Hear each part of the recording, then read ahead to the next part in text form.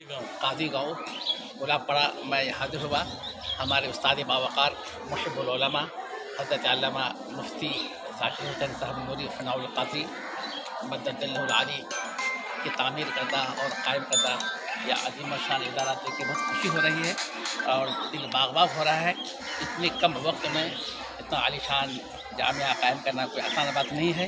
یہ حضرت علامہ کا سمجھیے کرامت ہی ہے کہ ایک طرف حیدرآباد میں جامعہ طیبۃ الرضا اور دوسری طرف یہاں پر جامعہ نور الدین بالبنات قائم کر کے دونوں جگہ کی کمان سنبھال رہے ہیں۔ یہ بہت خوشی کی بات ہے، دل کی گہرائیوں سے مبارکباد ہے اور میں دعا کرتا ہوں پروردگار عالم اپنے فضل و کرم سے اس ادارے کو دن بدن ترقی عطا فرمائے اور حاسدین کی حسد سے بچائے، نظر بد سے بچائے اور اس کو بے پناہ مسرت عطا ہو۔ اور یہاں پر علاقے میں جو اس کام کی ضرورت ہے الحمدللہ حضرت علامہ اس کو پورا کر رہے ہیں۔ اللہ تعالیٰ قبول عطا فرمائے۔